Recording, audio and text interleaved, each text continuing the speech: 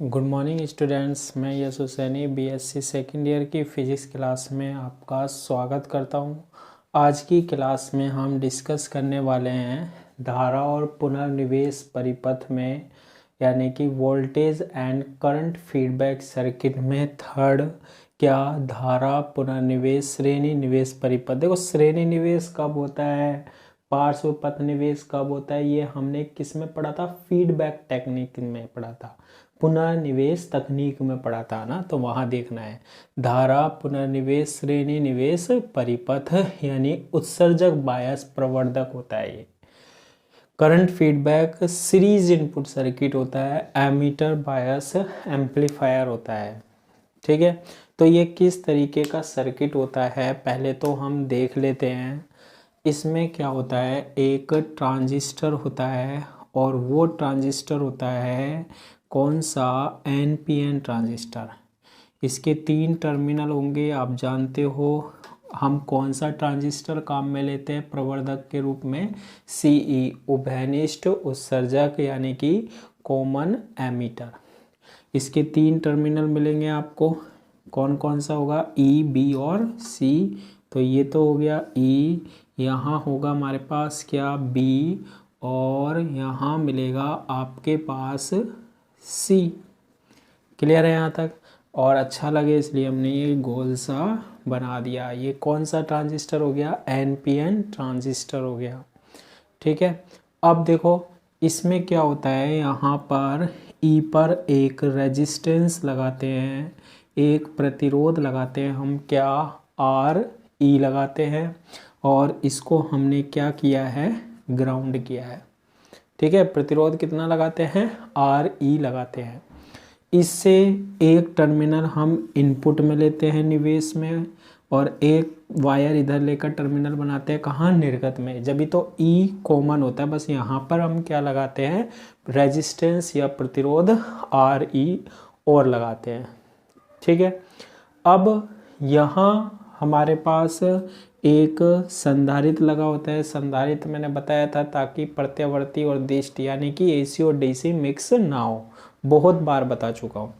यहाँ हम क्या देते हैं, एक सीधा ही निवेशी संकेत देते हैं, इनपुट सिग्नल देते हैं, निवेशी वोल्टा देते हैं। ये वो संकेत होता है जिसका हमें क्या करना होता है, प्रवर्धन कराना होता है। ठीक है, जैसे ये सिग्नल होता है, ये संकेत होता है, हमारी आवाज़ को हम ऐसे रिप्रेजेंट कर सकते हैं। तो जब हम प्रवर्धक में से गुजारते हैं तो ये क्या करेगा, एम्पलीफाई कर देगा।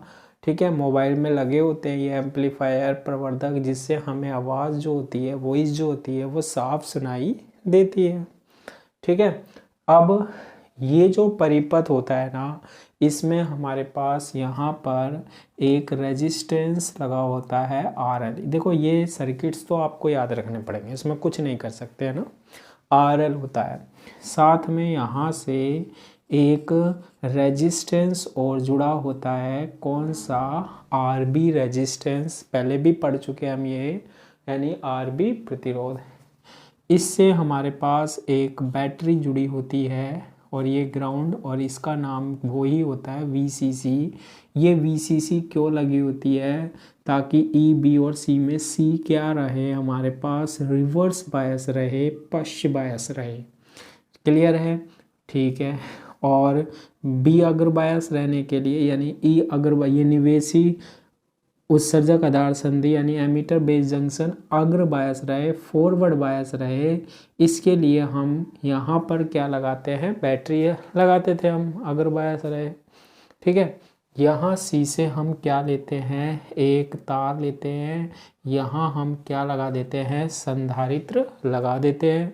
और इन टर्मिनलों पर हमारे पास जब इसमें ये संकेत ऐसे जाएगा, इसका प्रवर्धन होगा, तो यहाँ हमें क्या मिल जाएगा, प्लस माइनस ये संकेत मिल जाएगा। ये हमारे पास आउटपुट वोल्टेज होती है, आउटपुट सिग्नल होता है, निर्गत संकेत होता है।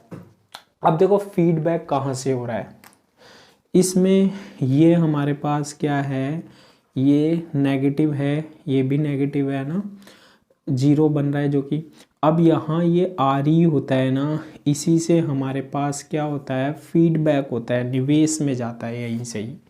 इनपुट निर्गत का भाग इनपुट में, निवेश में कहाँ से जाता है, आर ई के थ्रू ही जाता है। तो यहाँ इसके सापेक्ष जो वोल्टता होगी ना, वो क्या होगी, वी एफ मानते हैं हम जिसे, फीडबैक वोल्टेज होगी, यानी कि पुनर्निवेश वोल्टता होगी। ये प्लस ले लिया और ये माइनस, यही वोल्टता का हम क्या कराते हैं, पुनर्निवेश कराते हैं, फीडबैक कराते हैं। क्लियर है ये वाली बात। तो ये तो हो गया हमारा क्या, सर्किट हो गया। ठीक है, प्रतिरोध कौन सा है हमारे पास, रेजिस्टेंस कौन सा है, आर ई, यानी प्रतिरोध या रेजिस्टेंस कौन सा है, आर ई के सिरों पर जो वोल्टता होती है ना, कितनी सिरा होती है, वी एफ, कोई ना कोई मान होगा, वो मान लिया वी एफ के सिरों पर जो वोल्टता होती है, ठीक है, क्या, वी एफ, ठीक है, का ही हम क्या कराते हैं, फीडबैक कराते हैं, पुनर्निवेश कराते हैं। क्लियर है, यही हमारे पास आउटपुट वाला भाग क्या करेगा, निवेश करेगा, इनपुट करेगा। आ गई बात समझ में, ठीक है। अब हम क्या करते हैं, इसका एनालिसिस करने के लिए, विश्लेषण करने के लिए हम इसका एच प्राचल सर्किट बनाते हैं, एच प्राचल परिपथ बनाते हैं। ठीक है, तो देखो कैसे बनाते हैं। कॉमन एमीटर, उभयनिष्ठ उत्सर्जक का बार बार बताने की तो जरूरत है नहीं, इंटेलिजेंट हो। क्या क्या होता है उसमें, सिंपली कर देखना। यहाँ होता है एच आई ई, निवेशी वोल्टता होती है, ये टर्मिनल होता था हमारे पास बी, यहाँ हमारे पास स्रोत होता है, ठीक है, ये टर्मिनल होता था ई, ये होता था ग्राउंड, ये होता है H F E into I B, जो कि इक्वल होता था हमारे पास किसके, G M into V B E के। ठीक है, वी बी ई क्या होती है, ये बी है, ये ई है, बी और ई के बीच में जो वोल्टता होती थी वो वी बी होती थी। क्लियर है, यहाँ क्या इनपुट करा रहे हैं, वी आई, अरे यार घबराते क्यों हो, देखो ऐसे ही लिखते हैं अभी तो, वी बी ई, ठीक है, बी और ई के बीच में बोलता वी बी, करंट क्या, आई बी। ठीक है, ये यहाँ पर क्या होता था, आई सी करंट होती थी, और यहाँ हमारे पास होता था निर्गत वोल्टता V0। और IC की वैल्यू और बता दो भैया, IC होता था GM इंटू क्या, VBE या HFE इंटू IB। बताओ पढ़ा है या नहीं पढ़ा, ये कब पढ़ा है हमने, प्रीवियस यूनिट में, पहले वाली यूनिट में पढ़ा है ना, और इसमें भी देखा था हमने। तो अब ये जो ट्रांजिस्टर होता है ना, ये जो ट्रांजिस्टर होता है ना, इसको हम किस में रिप्लेस करते हैं, इसमें करते हैं। ठीक है, तो देखना कैसे करते हैं। सबसे पहले ये बी टर्मिनल ले लिया, ये देखो ये बी, ये बी, ये हो गया सी और ये हो गया ई। तो बी देखो, ये लिया बी, ये मैंने ले लिया बी, इधर लेते हैं यार, ये ले लिया बी। ठीक है, बी ये एरिया, ये बी टर्मिनल है, बी है ये, अभी हटा देता हूँ, ये सी है और नीचे क्या है, ई है। अब ये जो बी है ना, बी ये आगे कनेक्ट है किससे, बिना सोचे समझे लिख देता हूँ मैं, एच आई ई से। कितने से कनेक्ट है, एच आई ई से। और यहाँ जो करंट फ्लो होगी ना बी पर, वो कौन सी फ्लो होती है, आई बी। तो मैं यहाँ लिख देता हूँ क्या, आई बी। आ गई बात समझ में, लिख दी या नहीं लिख दी, लिख दी।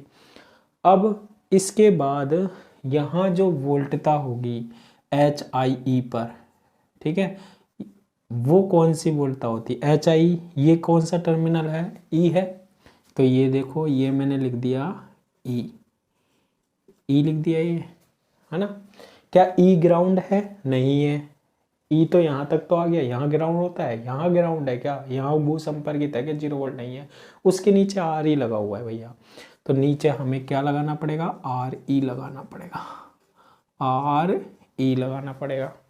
लगा दिया आर ई, और इसको हमने क्या कर दिया, ग्राउंड कर दिया, भूसंपर्कित कर दिया। अब ये आर ई का एक सिरा यहाँ कनेक्ट है, तो यहाँ से एक क्या ले लो, वायर ले लो।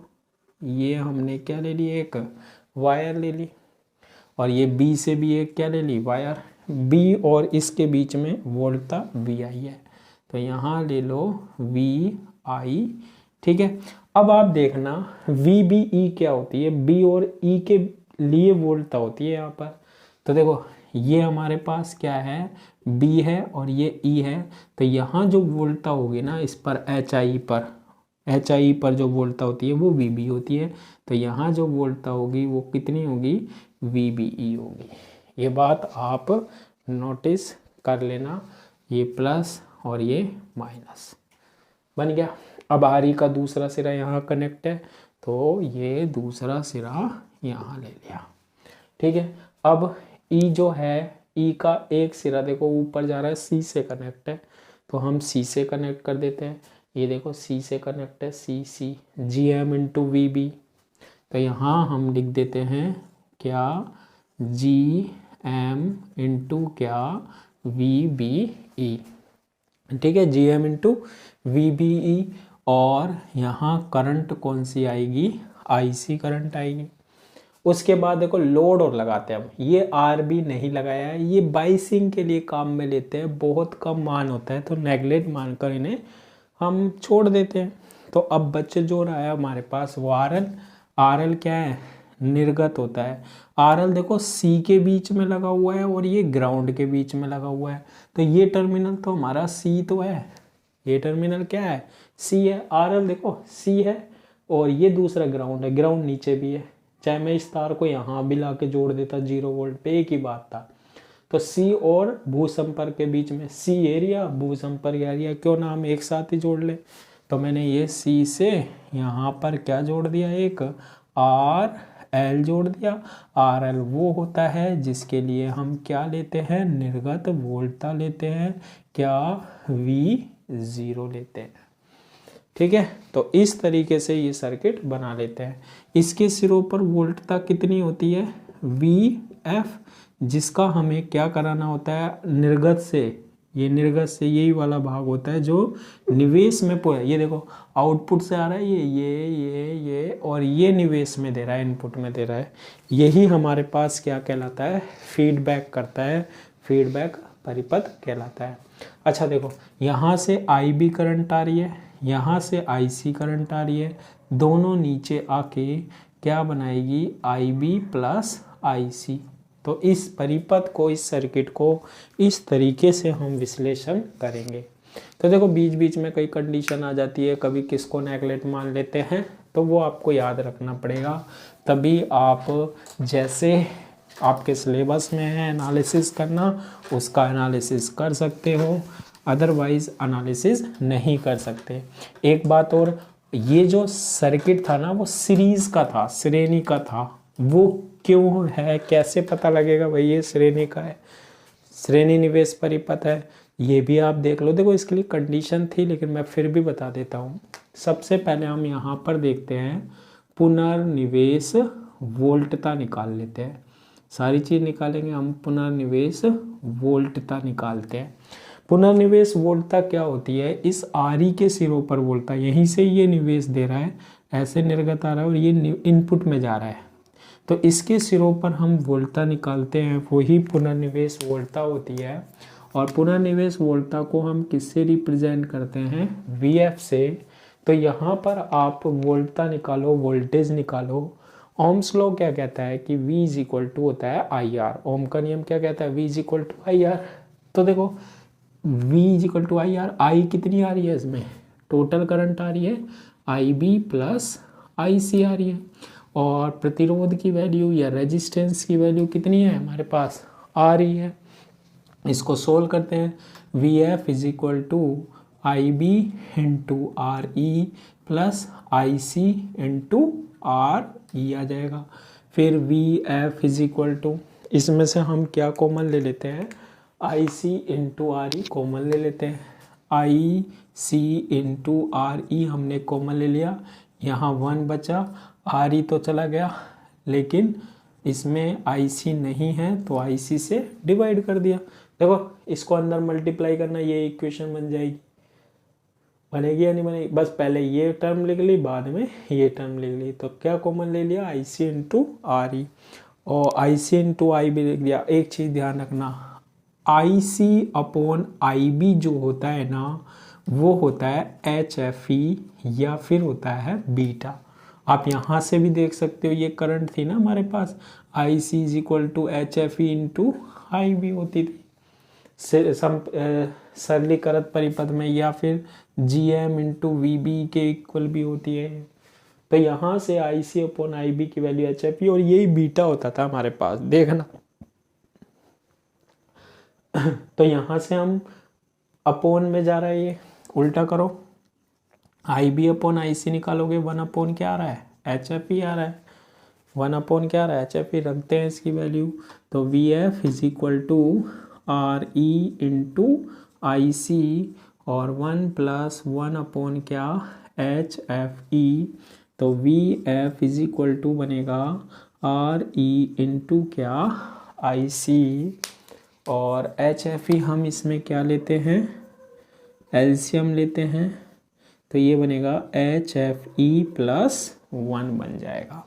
तो ये किसकी वैल्यू आ गई हमारे पास, VF की वैल्यू आ गई, जिसे हम बोलते हैं क्या, पुनर्निवेश वोल्टा, फीडबैक वोल्टेज।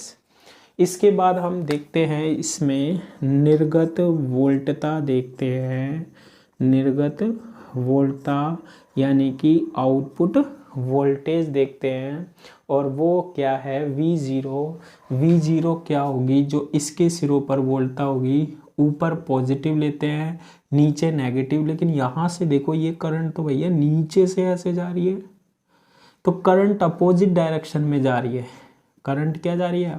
लेकिन हमेशा हम कहाँ से कहाँ लेते हैं, ऊपर से नीचे। ध्यान रखना, लोड पर हमेशा ऊपर से नीचे की तरफ लेंगे, लेकिन ये अंदर की तरफ जा रही है। तो कैसा चिन्ह लगाते हैं, नेगेटिव लगाते हैं। यहाँ करंट क्या है, IC इंटू RL, V is equal to I into R। यहाँ करंट कितनी है, IC। तो V0 is equal to minus IC की वैल्यू क्या होती है, GM इंटू VB के टर्म में भी लिख सकते हैं। तो GM इंटू VBE इंटू क्या, RL हो गई। ठीक है, अब यहाँ पर हम क्या निकाल सकते हैं, VBE वोल्टेज निकाल सकते हैं। VBE जो वोल्टता होती है ना, वो HIE के सिरों पर वोल्टता होती है, हमेशा ध्यान रखना। सिंपलीकृत परिपथ होता है, सिंप्लीफाइड सर्किट होता है, B और E के बीच में जो वोल्टता होती है वो VBE होती है। ठीक है, और HI के लिए होती है। कैसे निकालते हैं, इसमें मैं लगा देता हूँ वोल्टता विभाजन का नियम। अगर आपने वोल्टता विभाजन का नियम नहीं पढ़ा है तो यूनिट फर्स्ट में देखना। ठीक है, कॉन्सेप्ट ऑफ इलेक्ट्रॉनिक्स कराया था जिसमें मैंने उसमें बताया था कि किसी भी इसके लिए हमें क्या निकालना है। अब देखो, ये सर्किट निवेश इनपुट सर्किट कौन सा होगा, ये वाला इनपुट सर्किट होगा, ये साइड जो होगी, और ये निर्गत साइड होती है, ये वाली साइड, है ना। तो कैसे निकालते हैं इसमें, अगर इनपुट साइड देखो तो इसमें ये आ रहा है, आउटपुट यानी निर्गत साइड देखो तो इसमें भी आ रहा है, RE दोनों में भी आ रहा है, निवेश में और निर्गत में। जब भी तो फीडबैक हो रहा है, निर्गत से किस में आ रहा है, निवेश में आ रहा है, आउटपुट से किस में आ रहा है, इनपुट में आ रहा है। तो अगर हम इसकी बात करते हैं, VBE निकालते हैं, तो कैसे निकालेंगे, टोटल वोल्टेज, कुल वोल्टता। ध्यान रखना, किसी भी प्रतिरोध के लिए अगर आप वोल्टेज निकाल रहे हो तो वोल्टता विभाजन नियम लग रहा है वहाँ पर, तो लगाओ। कैसे निकलेगा, कुल वोल्टता कितनी आ रही है VB पे, VI कुल वोल्टेज VI। जिसके लिए निकाल रहे हो वो रेजिस्टेंस लेना है, इसके सिरों पर ही तो होती है, तो ये वाला ले लो, HIE अपॉन टोटल रेजिस्टेंस या टोटल प्रतिरोध क्या होगा उस परिपथ में। तो देखो, यहाँ से ये निवेश परिपथ है, RE और HI निवेश में आ रहा है ना, RE और HI, VI यहाँ से है ना पूरा, RE और HI। तो टोटल रेजिस्टेंस या टोटल प्रतिरोध क्या होगा, RE प्लस HIE। थोड़े से टफ पढ़ते हैं लेकिन पढ़ोगे इजी लगेंगे। तो V0 की वैल्यू निकालोगे, V0 की वैल्यू क्या होगी, माइनस GM लिख दिया, वी बी ई की value V I H I E upon R E plus H I E into क्या आर एल। ये किसकी वोल्टता आ गई, वी नॉट की वैल्यू आ गई, यानी आउटपुट वोल्टेज आ गई, निर्गत वोल्टता आ गई। अब यहाँ तक जब हम फाइंड आउट कर लेते हैं तो देखो R E plus minus G M into V B into R L बना लिया, ठीक है बना लिया। अब देखो इसमें और भी हम थोड़ा सा करते हैं, V zero is equal to minus G M into V I into H I into R L upon, इन दोनों में से एच आई ई को हम क्या लेते हैं, कॉमन लेते हैं। एच आई ई मैंने कॉमन लिया इसमें से, इसमें एच आई ई नहीं है तो आर ई में एच आई ई का डिवाइड हो जाएगा और यहाँ से तो आ ही गया प्लस वन, इसको अंदर मल्टीप्लाई कर लो, ये इक्वेशन बन जाएगी। अगर ऐसे नहीं बैठता तो एच आई से क्या कैंसिल हो गया, एच आई कैंसिल हो गया, तो V naught is equal to आ गया minus G M into V I into R L R E upon H I E plus one आ गया, ठीक है। आर ई अपॉन ये बन जाएगा minus G M into V I into R L. अब इतना जब हम फाइंड आउट कर लेंगे तो पहले हम किसकी वैल्यू ज्ञात करते हैं, ए और बीटा की वैल्यू ज्ञात करते हैं, ठीक है। किसकी वैल्यू ज्ञात करते हैं, ए और बीटा की वैल्यू ज्ञात करते हैं। कैसे ज्ञात करते हैं, देखो ये बीटा तो धारा लाभ था, करंट गेन था, ध्यान रखना। और जो अब बीटा हम ज्ञात करेंगे वो फीडबैक वाला होता है, पुनर्निवेश। तो यहाँ पर तो ये काम आ ही नहीं रहा, तो लिखो चाहे मत लिखो, यहाँ तो एच एफ ई वाला वैल्यू काम में ले रहे हैं हम। हो जाएगा इतना, ठीक है। अब आगे देखो, अब हम सबसे पहले क्या निकालते हैं, बिना पुनर्निवेश के, जब हम कोई फीडबैक नहीं कर रहे हैं, ठीक है, बिना पुनर्निवेश यानी जब कोई फीडबैक नहीं कर रहे हैं, उस स्थिति में प्रवर्धक की लब्धि निकालते हैं। यानी कि हम एम्पलीफायर का गेन निकालते हैं। कैसे निकलता है, वो होता है ए इज इक्वल टू निर्गत की वोल्टता यानी output voltage upon input voltage, निर्गत वोल्टता अपॉन निवेशी वोल्टता। तो निर्गत वोल्टता वी नोट की वैल्यू क्या होती है, माइनस जी एम इंटू क्या वी आई इंटू क्या आर एल अपॉन, और इसकी वैल्यू क्या है, R E upon H I E plus क्या वन, ठीक है, और वी आई। तो वी आई से वी आई क्या हो गया, कैंसिल हो गया। तो ए इज इक्वल टू क्या आएगा, माइनस जी एम इंटू क्या R L upon minus G M into क्या R L upon one plus R E upon क्या एच आई ई, ठीक है। तो इसको मैं यहाँ साइड में लिख लेता हूँ कि हमारे पास ए की जो वैल्यू निकल के आई है वो क्या निकल के आई है, minus G M into R L upon one plus R E upon H I E निकल के आई है, ठीक है। तो ये तो ए की वैल्यू निकल गई। इसके बाद हम निकालते हैं किसकी वैल्यू, बीटा की वैल्यू। बीटा क्या होता है, बहुत बार पढ़ चुके हम, पुनर्निवेश वोल्टता, पुनर्निवेश वोल्टता अपॉन, पुनर्निवेश वोल्टता अपॉन होता है लोड वोल्टता, लोड वोल्टता यानी कि V F upon V zero. और ये तो मैंने बहुत बार बता दी इक्वेशन, तो V F is equal to होता है बीटा इंटू वी नोट, है ना, तो अब बार बार नहीं। वी एफ होता है हमारे पास पुनर्निवेश वोल्टता और वी नोट क्या होता है, आउटपुट वोल्टेज। अब यहाँ देखना आप, इसको हम कैसे निकालते हैं, यहाँ ये दोनों की डायरेक्शन क्या है, सेम है ना, इसकी भी डायरेक्शन ये है और इससे भी वी एफ की आर ई से भी डायरेक्शन ये है, ये देखो पूरी डायरेक्शन एक है। तो यहाँ पर हम दिशा विशा तो नहीं देखेंगे, सीधा पुनर्निवेश वोल्टता निकाल लो। V इज इक्वल टू क्या होता है, आई आर होता है, ठीक है। तो वी एफ की वैल्यू हम निकाल चुके थे, ठीक है। कितनी निकल के आई थी वी एफ की वैल्यू, वो लिख लेते हैं हम। वी एफ की वैल्यू कितनी आई थी हमारे पास, अभी अभी हमने डिस्कस किया था ना, वी एफ की वैल्यू वो आई थी हमारे पास आर, वी एफ की वैल्यू आर ई, यहाँ लिखता हूँ देखो, V F is equal to आया था R E into I C, R E into I C, और 1 plus H F E upon H F E आया था। ये किसकी वैल्यू आई थी हमारे पास, वी एफ की वैल्यू आई थी। और अब देखो ये वी एफ की वैल्यू को मैं पुट कर रहा हूँ, है ना, तो are E into I C और 1 plus H F E upon क्या, एच एफ ई, ठीक है। और इसके बाद वी नोट की वैल्यू क्या होती है, ये आई सी इंटू आर एल होती है। कितनी होती है, आई सी इंटू आर एल होती है। वी नोट यानी इसके सापेक्ष बोलता है आई सी इंटू आर एल। आई सी से क्या कैंसिल हो जाएगा, आई सी कैंसिल हो जाएगा, बन गया सीधा सीधा, आई सी से आई सी कैंसिल हो गया।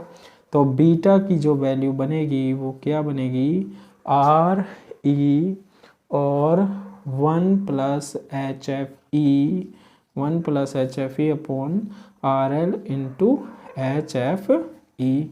अब देखो इसमें एक कंडीशन है, यदि एच एफ ई की वैल्यू 1 से ज़्यादा हो, एच एफ ई 1 से ज़्यादा हो तो 1 को नेगलेक्ट मानकर छोड़ देंगे। तो बीटा की वैल्यू क्या आएगी, are E into H F E upon R L into H F E. H F ई से एच एफ ई कट गया तो क्या आएगा, are E upon R L. तो बीटा की जो वैल्यू मिलेगी ना वो कितनी मिलेगी, आर ई बटे आर एल मिलेगी। तो इस तरीके से हम किसकी वैल्यू भी निकाल सकते हैं, बीटा की वैल्यू भी निकाल सकते हैं, ठीक है। तो ए जो होता है ना हमारे पास वो क्या होता है, पुनर्निवेश जब नहीं होता है उस स्थिति में गेन होता है, लब्धि होती है। और अब हम बात करते हैं पुनर्निवेश की। देखो पुनर्निवेश सहित यानी कि फीडबैक की जब हम बात करते हैं, पुनर्निवेश सहित प्रवर्धक की क्या लब्धि या गेन। जब हमारे पास फीडबैक होता है ना उस स्थिति में हमारे पास क्या लब्धि या गेन कितना होता है, तो उसका हमारे पास फॉर्मूला होता है A F is equal to A upon 1 minus क्या ए बीटा। देखो मैं पहले इसमें आपको थोड़ा सा डिस्कस कर लेता हूँ, आप कंफ्यूज हो रहे हो कैसे। जब हमने पुनर्निवेश का सिद्धांत पढ़ा था, ध्यान से सुनना, पुनर्निवेश का सिद्धांत पढ़ा था तो हमने पॉजिटिव फीडबैक से सोल्व किया था। किससे किया था, पॉजिटिव फीडबैक से।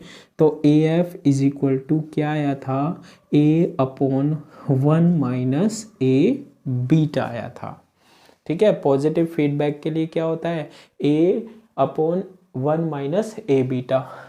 लेकिन जब हमने नेगेटिव फीडबैक लगाया था, ऋणात्मक पुनर्निवेश लगाया था ना, ठीक है, जब हमने क्या निकाला था, निवेश प्रतिरोध यानी इनपुट रेजिस्टेंस निकाला था, और निर्गत प्रतिरोध यानी कि आउटपुट रेजिस्टेंस लगाया था जब हमने क्या किया था, नेगेटिव फीडबैक लगाया था, ठीक है। और ये पुनर्निवेश सिद्धांत में पॉजिटिव फीडबैक के लिए ये कंडीशन थी।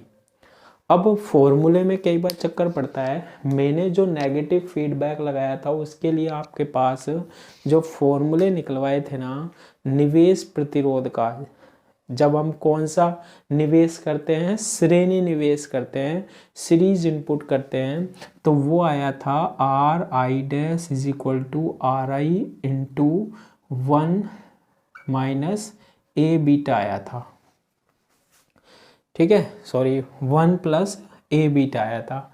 और आर नोट डैश यानी निर्गम जो रेजिस्टेंस आया था निर्गम जो प्रतिरोध आया था ना वो कितना आया था, R naught dash is equal to, कितना आया था, R naught dash is equal to आया था R naught into 1 plus A beta आया था। ठीक है, ये जो निवेश और निर्गत प्रतिरोध था ना ये फिक्स था जब हमने क्या कर रखा था, नेगेटिव फीडबैक कर रखा था। क्या कर रखा था हमने, नेगेटिव फीडबैक कर रखा था। उस स्थिति में क्या थी, ये कंडीशन थी।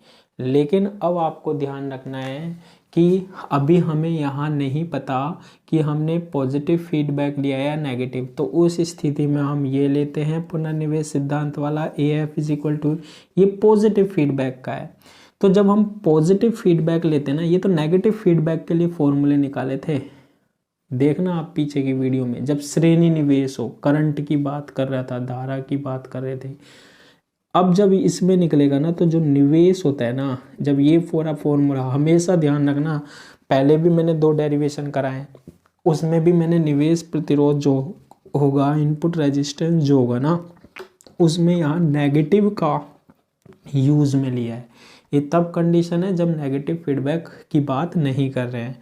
और जो निर्गत प्रतिरोध होता है, आउटपुट रेजिस्टेंस होता था ना, वो क्या आएगा, R naught 1 minus A beta.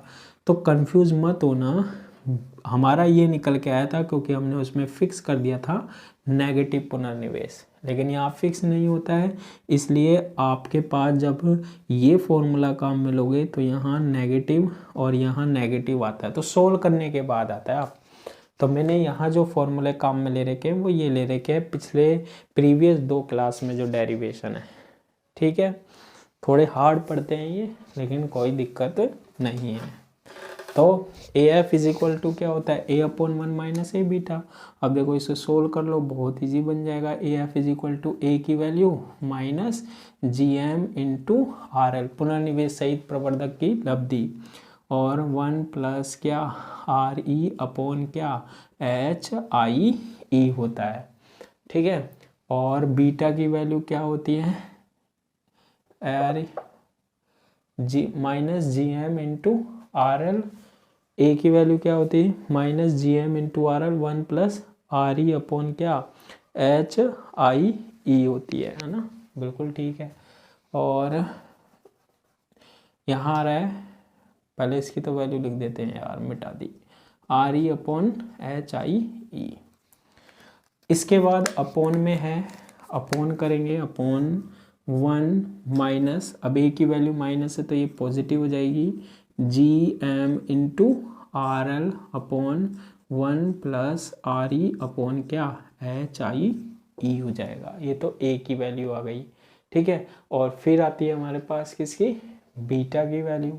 Beta की वैल्यू ये रही, R E upon R L, R L से क्या कैंसिल हो गया, आर एल, तो A F is equal to minus G M into R L upon 1 plus R E upon H I E upon, और ये 1 plus R E upon H I ही क्या ले लेंगे हम, एलसीएम ले लेंगे, 1 plus R E upon H I LCM ले लेंगे, तो 1 plus R E upon H I E plus G M into क्या, आर ई।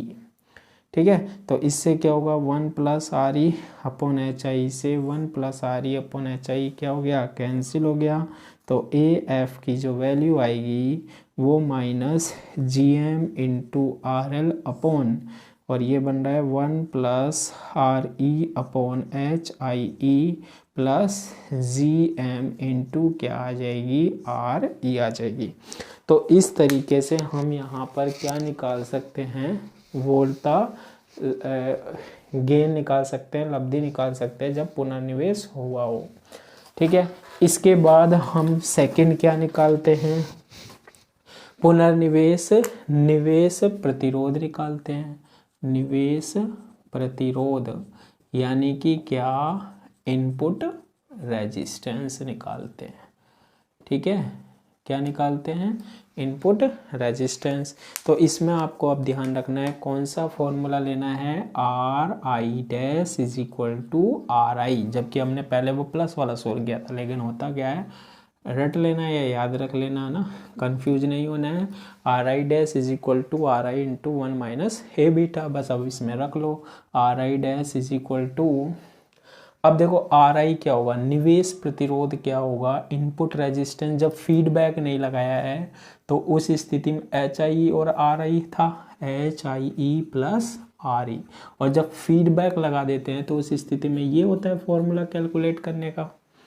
ठीक है, तो निवेश प्रतिरोध जो होगा हमारे पास वो क्या है, एच आई ई प्लस क्या है, आर ई है। इसमें से मैंने क्या कॉमन ले लिया, एच आई ई कॉमन ले लिया, तो ये बनेगा 1 plus R E upon H I ई।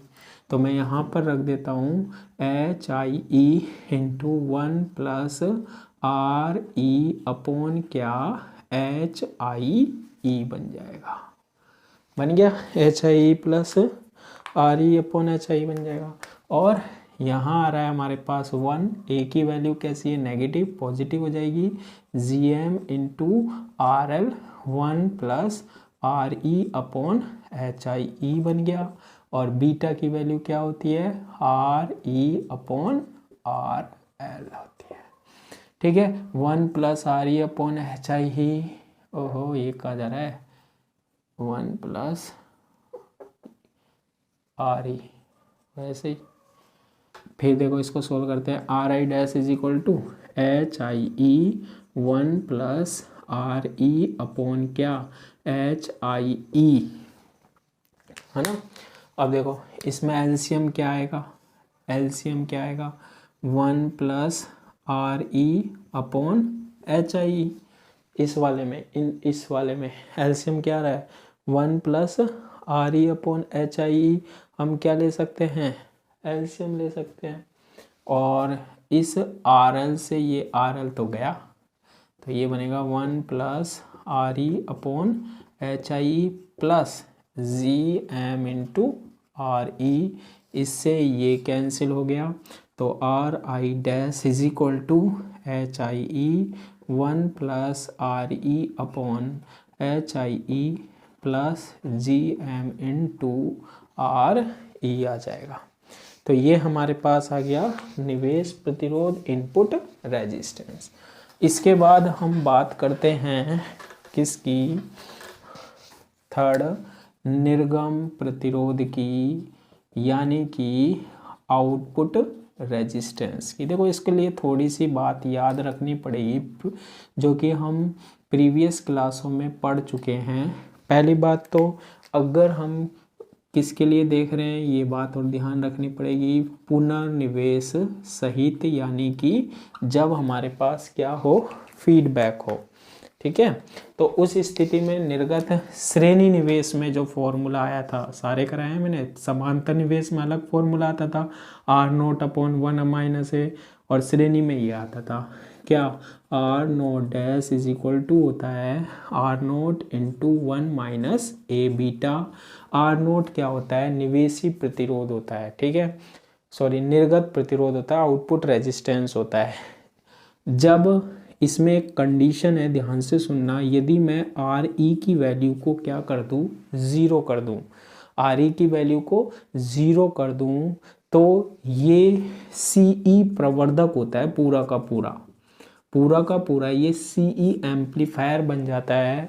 उस स्थिति में हमारे पास जो आर नोट होता है ना, उसकी वैल्यू ये याद रखना पड़ेगा, पहले करा भी रखा है मैंने, R L upon 1 plus H O into R L आती है, देखना ये सी में करा रखा है ना।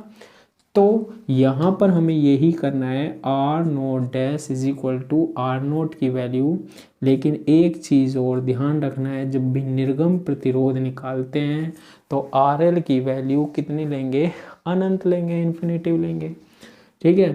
और आर नोट की वैल्यू क्या आएगी, are L upon 1 plus H note E into क्या, आर एल, और उसके बाद आएगा 1 माइनस माइनस क्या हो गया, plus G M into R L 1 plus R E upon H I E हो जाएगा, ठीक है, माइनस माइनस प्लस, और बीटा की value R E upon R L हो जाएगी।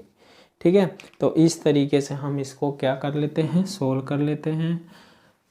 तो इसको आप ऐसे भी छोड़ सकते हो, ये किसको व्यक्त करता है हमारे पास, निर्गम प्रतिरोध को, आउटपुट रेजिस्टेंस को, आर नॉट डैश की। ठीक है, तो देखो इस यूनिट के सारे टॉपिक चाहे वो कितने ही हार्ड हो मैंने कराए हैं ना, जो इंजीनियरिंग में काम में आते हैं, ये जो पीछे के टॉपिक हमने डिस्कस किए थे, लेकिन आपके एग्ज़ाम में भी ये टॉपिक आते हैं। तो कोई हार्ड टॉपिक मैंने नहीं छोड़ा है, क्योंकि इनमें से भी क्वेश्चन, ये जो लास्ट के 3 कराए थे इनमें से भी आता है ना। तो अगर आप धीरे धीरे देखोगे तो पूरी टॉपिक जो है, पूरा टॉपिक पूरी नहीं, पूरा टॉपिक जो है ना वो क्या हो जाएगा, क्लियर हो जाएगा ना। बस सीक्वेंस से ध्यान रखना है कि किस तरीके से हम एनालिसिस कर लेते हैं इसका। ठीक है, इसके बाद हम नेक्स्ट क्लास में नई यूनिट स्टार्ट करेंगे। ठीक है, और इसके जो न्यूमेरिकल हैं थोड़े बहुत जो यूनिवर्सिटी में आए हुए हैं देख लेना, मिल जाएंगे टॉपिक्स और न्यूमेरिकल हो जाएंगे अगर आपने ये क्लासेस देखी हैं तो। आज की क्लास के लिए इतना ही। Thank you.